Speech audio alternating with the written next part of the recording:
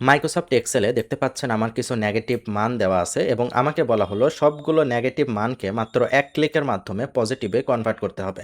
তো আপনার ডাটাটা যদি অনেক বড় থাকে এবং আপনি যদি একটা একটা করে ম্যানুয়ালি যদি এই যে মাইনাস যেসব মানগুলো আছে সবগুলাকে পজিটিভ মানে কনভার্ট করতে চান, মানে মাইনাস তুলতে যান, সেক্ষেত্রে কিন্তু অনেক টাইম লাগবে।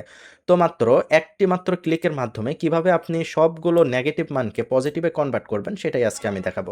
তো এটা করা খুবই সিম্পল। তো আপনি হচ্ছে যে কোনো একটা ঘর সিলেক্ট করবেন। তো আমি হচ্ছে সিলেক্ট করতেছি এবং লিখবো হচ্ছে -1।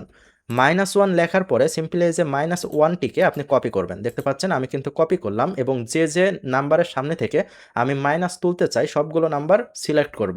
যেহেতু আমি সবগুলোর সামনে থেকেই মাইনাস চিহ্ন তুলতে চাই, তো তার জন্য সবগুলোই আমি হচ্ছে সিলেক্ট করলাম। সিলেক্ট করার পরে আমি হচ্ছে উপরে দেখবেন আছে হচ্ছে পেস্ট, বা পেস্টে যদি আপনি না যেতে চান তাহলে হচ্ছে মাউসের রাইট বাটন ক্লিক করবেন। রাইট বাটন ক্লিক করলে দেখতে পাবেন আসবে হচ্ছে পেস্ট স্পেশাল। তো সেখানে ক্লিক করবেন। সেখানে ক্লিক করার পরে একটি ডায়লগ বক্স আসবে, তো সেখানে দেখবেন আসবে হচ্ছে মাল্টিপ্লাই।